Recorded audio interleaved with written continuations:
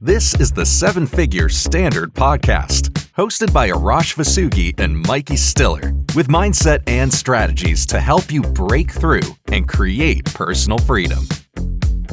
Hello, everyone, and welcome back to the Seven Figure Standard Podcast. I'm Mikey Stiller, joined by my co-host, Arash Vasugi, and we are so happy to be with you for another episode. If you listened to last week's episode, you knew that this week's episode was going to be about standard. And we've done an episode on the podcast before about standard, but it has been quite some time. And I think it's time for a refresher. Arash actually brought that up on the last episode. So, Arash, I'm excited to dig in today. And what exactly do you want to start with as far as standard goes? Well, even before we get in that, we've got to understand change is the first step to create a new future. And a lot of people are operating with the same standards they're comfortable with. And you can't create a new future with the same standards. So we've got to understand, where do I want to change? And when we look at success, success is never about luck. It's never about talent or how smart you are. It's about the standards you set and the actions you take. If you're stuck, you never wait for the right time. You raise your standards, you execute relentlessly, and you watch how fast your life will change. So when you look at standards, Mike, a lot of people mistake goals for standards. Goals are what you want. Standards are what you accept. So a goal is something you aspire to achieve, but a standard is the level at which you refuse to live below. Goals will always push you forward, but standards dictate your daily actions. Like, people have a goal to create, let's say they have a goal to get in great shape, but if they're inconsistent with their workouts and eat poorly, they're never going to get there, right? Or you may have a goal to create a successful business or to 10x your income this year. But if your standard tolerates inconsistency and excuses, success will always be out of your reach. When you raise your standards, you automatically elevate your results because you no longer tolerate anything less. But your financial situation, Mike, more than anything else, is tied to your standard. There's nothing else that it is tied to more than your standards of service, your standards of activities. But your financial situation isn't just about opportunity. It's about what you refuse to tolerate. If you want to earn more, we have to stop chasing money and start raising our standards. The moment you decide, enough is enough, my current income is no longer acceptable, that's when you activate standards and you take the actions necessary to create greater wealth. And high earners don't necessarily have bigger dreams. They stick to their dreams. They have bigger commitments. They have higher standards. So when you start to evaluate your standards, is it always spurred by dissatisfaction? And are you always starting by looking at the results to look at the standards, or how are you evaluating them? I always look at it by my emotional state, what I'm tolerating. What am I tolerating? Am I making excuses? So standards is an action, but it's a feeling too. Like, when you really set high standards for yourself, you're never checking the box. You're always looking at where I can get better. And what we have to understand, I said it earlier, your income will never exceed your standards, ever. So I want everyone to look at their income. That's the most honest reflection I could give you of your standards. Now, your financial reality is a direct reflection of what you're willing to accept. If you want to earn more, it's about raising your standards. Now, let's go deeper into this, okay? Your income always matches your standards, not your potential, because we all have unlimited potential. If our income matched our potential, everyone would be crushing it. But that's not how it works. Many people are capable of earning 6, 7, 8, 9 figures, but they don't, because they have a standard of procrastination. They tolerate inconsistency and low effort work. And if you expect to be wealthy, but tolerate excuses, distractions, or are obsessed with being comfortable in your comfort zone, you're always going to be separate from the person you want to be. The second you refuse to accept average effort, your results will rise. You know, What? Oh, go ahead. Well, I was just going to say this. Like, if you're around a high standard individual and then you bring a low standard individual in, they can't relate to each other. They can't speak the same language. They don't like being around each other. It's not because they think one's better, one's worse. You can't be in congruency. And that actually goes really well with what I was about to ask you, because a lot of times your environment can have a lot to do with the standards that you set. For example, if you're hanging out with a group of people who are really fit and really into fitness, you're going to think twice before you order donuts or order something really unhealthy, because it's going to feel more uncomfortable if that's who you're hanging out with. Or likewise, if you're hanging out with people with a really low income, it's going to feel awkward to suddenly be a goal achiever going after a higher income. It's going to drag you down. So how important is your environment to setting standards? Well, it's very important because the people you're around the most is who you become. I promise you, high standard individuals will not stay with low standard individuals because high standard individuals eliminate low income habits. And if somebody is used to, for example, they have a high standard of discipline. Well, if somebody doesn't keep their word to that person, they're not going to want to keep hanging around with somebody who keeps over-promising and letting them down. But you know, the difference in high standard and low standard, a high standard individual has a great habit of great value of work.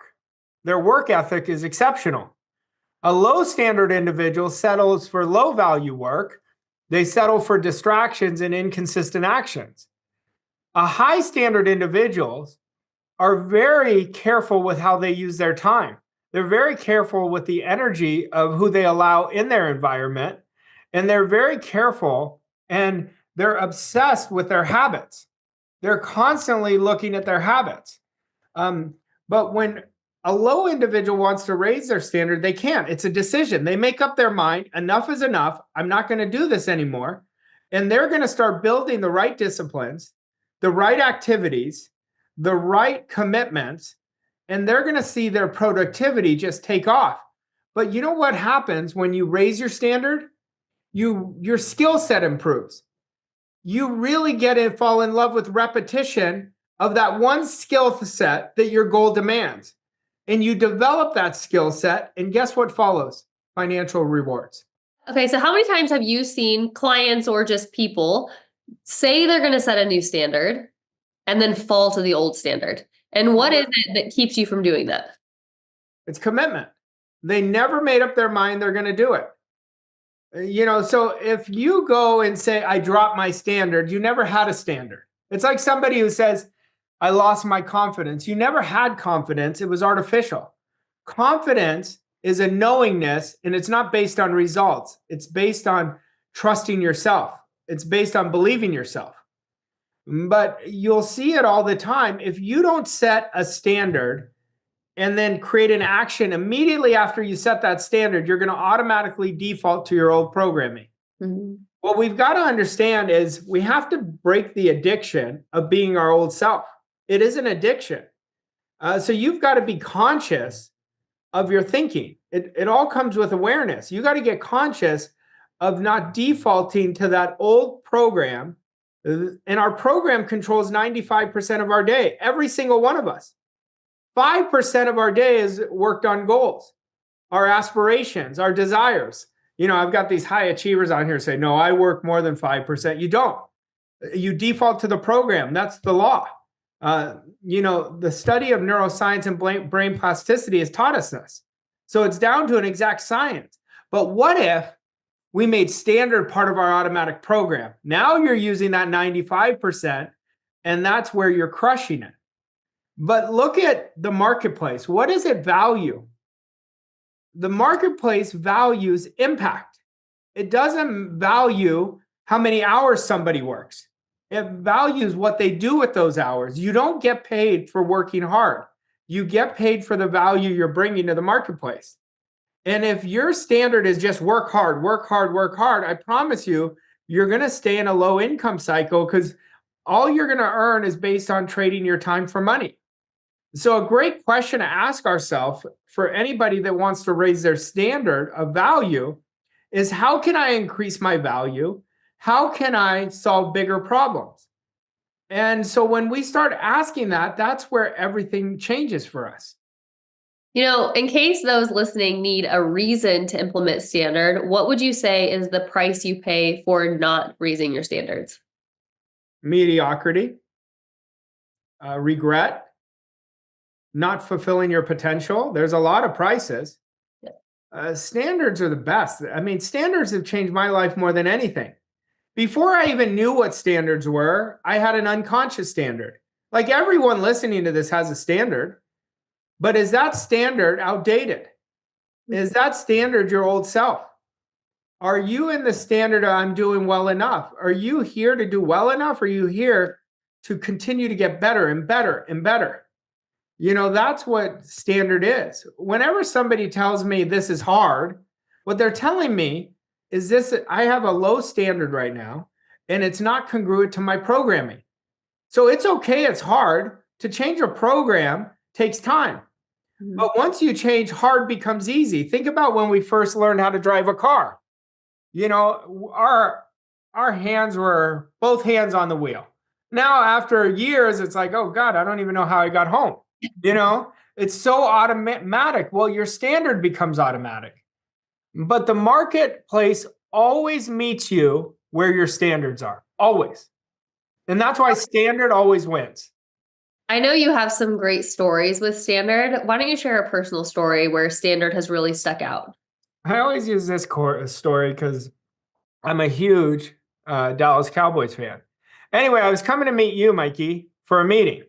And my wife was with me, and all the hotels were sold out. And we went to this hotel, and it was not up to my standards. And I told my wife, I'm like, let's switch hotels. And she said, we're only going to be here for 2 nights. We can do this. And I listened to her, and I'm like, no, I don't think so. So I called my brother. And I said, what hotels do you recommend in Dallas? I don't care if I have to drive 45 minutes. So anyhow, we're driving. We get this hotel. Mike, what was the hotel called? Do you remember? Rosewood, wasn't it? Rosewood, yes. So we're driving to the Rosewood, and the driver who was driving us ended up being Dak Prescott's driver. And he said, where you guys are staying, 2 people are always there. And I said, who's there? And he said, it's Troy Aikman is always there, and Jerry Jones is always there. And for people who don't know, the owner of the Cowboys. So we get in the room, and it's a super nice hotel. Like, I was very happy about that. And we end up, we didn't want to go out to dinner. We said, let's go down to the bar and get something to eat. Well, we sit down, and I'm sitting there. Because it's a dark room, I don't even recognize it. Literally 5 feet away, Jerry Jones is there. And I don't even pick up that it's him. My wife picks up it's him. So she goes, you'd like to meet him, wouldn't you? And I said, yeah, I'd love to meet him, but I didn't want to go up to him because I didn't want to bother him. I'm like, he has 3 bodyguards around. So I'm looking at the bodyguards, and I said, go to the bodyguards first. And she went up to him. Then she went up and talked to him. He spent 15 minutes with us talking about life. And the first thing he asked us was about our family. And so we go back to eating, and then he ends up buying our meal. And then he spends another 10 minutes talking to us. And I said to my wife at this point, do you see what I mean? Standard always wins. And I told you the same thing. I called you afterwards. But I have some wild stories about standard, like how much standard has changed my life. Yeah. When I left my corporate world, I had enough is enough. And that was the moment I changed my standard. And look what followed. Everything followed. All of a sudden, I was in all this debt. Then a few years later, I was completely free. I believe standard is the most important quality we can ever develop. And I always say this, if you have 100 successful people in a room, they will have gotten their success with different recipes. But the one commonality out of all 100 is the standard is always the standard is always the standard. And that's why I want everybody to learn this, because the moment you decide that good enough is no longer good enough, that's when everything changes.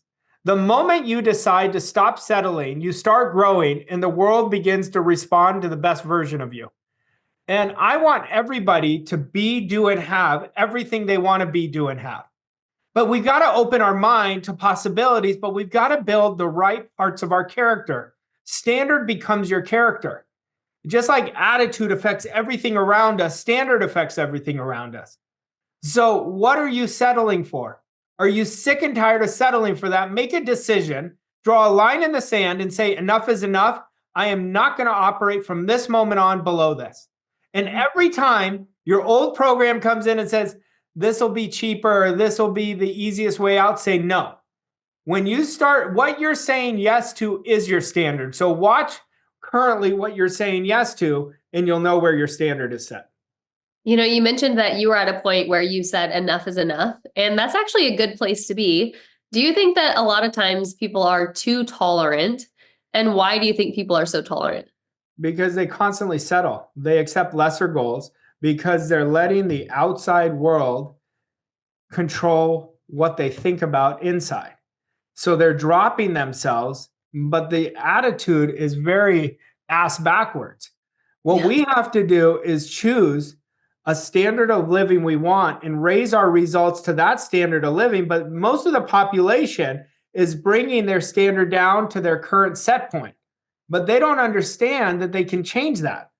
It's such a bad idea. And I used to do it when I was struggling. So I have a good authority on this. Where I was letting the outside world control me, it controlled all my attention. So of course I was going to create similar results. But when I became aware enough and got the right tutelage in the right direction to stop letting the outside dictate and start thinking greater than my results, start thinking greater than my environment, all of a sudden everything changed around me. Mm-hmm. And that's what we have to do. We have to refuse to lower our standards. It isn't about being perfect. It's about being committed to your highest potential. Every day we're at this fork in the road.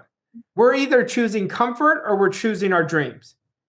Every time we choose comfort, we're saying no to our dreams. Every single time. Every time we hesitate, we say no to our dreams. So what we have to do, if we want to achieve our goals, the goals are useless without the proper standards. If I have a worthy goal, that's great, but I have low standards, I'm not going to achieve the goal. Mm-hmm. Standards are essential, and I want everyone to look at their standards and look, what is not working for you? Where is it in your life that enough is enough? Like if you're creating the similar income that you've been creating, I'm telling you the formula, raise your standard. You watch what's going to change around you. Uh-huh. What is the relationship between standard and identity? Well, the standard creates the identity creates the results. But standard sheds our old identity. That's the beautiful part of standards. It literally, the old you dies away. But it always starts standard. You can't create a new identity with low standards. So if you want to raise your identity, you have to raise your standards. Your identity will automatically shift, and your identity will automatically change your results. And what would you say is the fastest, lowest resistance way to install a new standard? Decide. You've got to make up your mind. And don't let your current results make up your mind. I want you to think, how do I want to live? What do I want to earn? How healthy do I want to be? Start setting great boundaries for yourself, but you've got to be disciplined with standards. You've got to draw that line in the sand. And even when you want to say no to something, but that's not the standard that you committed to, say yes. I promise you, everything around you will work in your favor. Mm-hmm. They're reminders of, your goal and where you want to be in 90 days or a year that you're feeding yourselves every single day in the morning, right when you wake up, right before you go to bed, when you're doing your auto suggestion. How important are those to reminding you why you're raising your standards? Well, all the time. Your why will drive you. If you don't have a big why, you're gonna give up at the soonest sign of adversity. So, I want you to think about your goal all day long. I want it to be automatic, a part of your standard that I'm a goal achiever. Any goal I set, I achieve. Now, I don't know how, I don't know when, but I know I'm going to do it. See, when you have that, that is supreme confidence. There's only one person, Mike, that we have to convince, and it's ourselves. There's only one person in this world that I have to convince, and it's me. If I convince that person, that's the only person I have to convince. You have to build mental toughness, though. Everybody wants the results of the top 1%, but they're not willing to do what the top 1% do. What do? They do it immediately. They don't take actions based on their results. They let their vision drive us.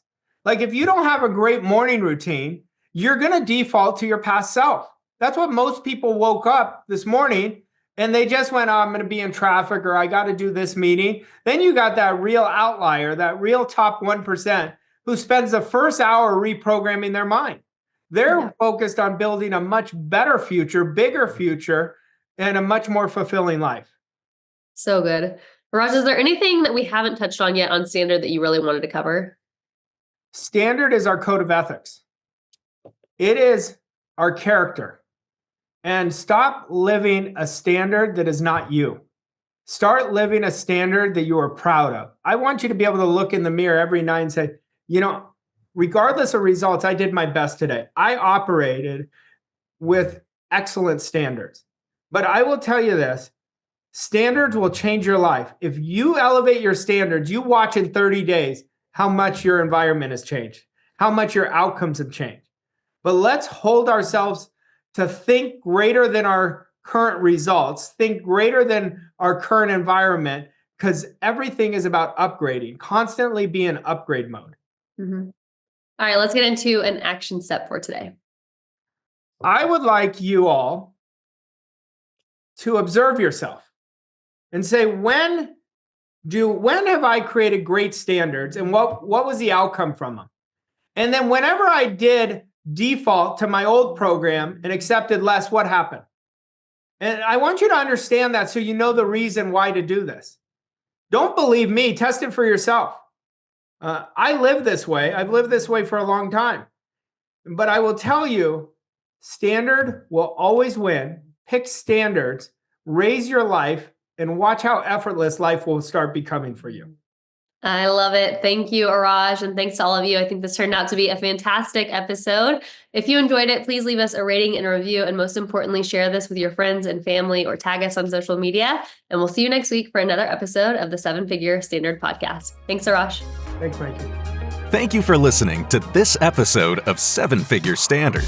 We hope you found the insights and strategies helpful on your journey to success. If you enjoyed this episode, please leave us a rating and review on your favorite podcast platform to help us reach more people like you.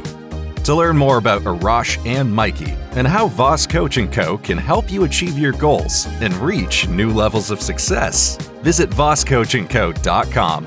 Thank you again for listening, and we'll see you on the next episode of 7-Figure Standard.